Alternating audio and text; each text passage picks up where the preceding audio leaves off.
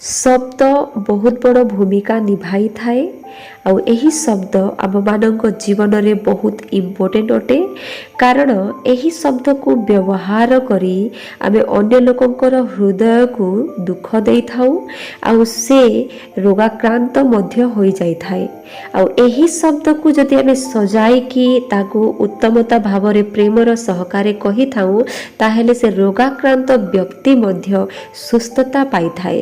तो प्रिय माने आमे जदि परमेश्वरंकर संतान अटु ताहाहेले आम मानकर स्वभाव को एही शब्दर सहित लोकंकु देखाइबा कारण आमे माने परमेश्वरंकर सही स्वभाव को धारण करिअछु।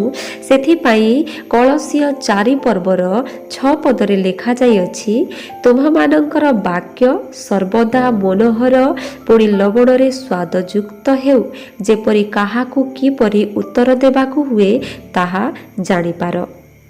तो प्रिय माने आज ठारू आम्भे माने परमेश्वरंकर एही वाक्य को निज निज जीवन रे लागू करिबा आउ समस्तंक सहित प्रेमर सहकारे कथावार्ता हेबा जेपरि आम मानकर कथा काहारी हृदय को दुखित न करू।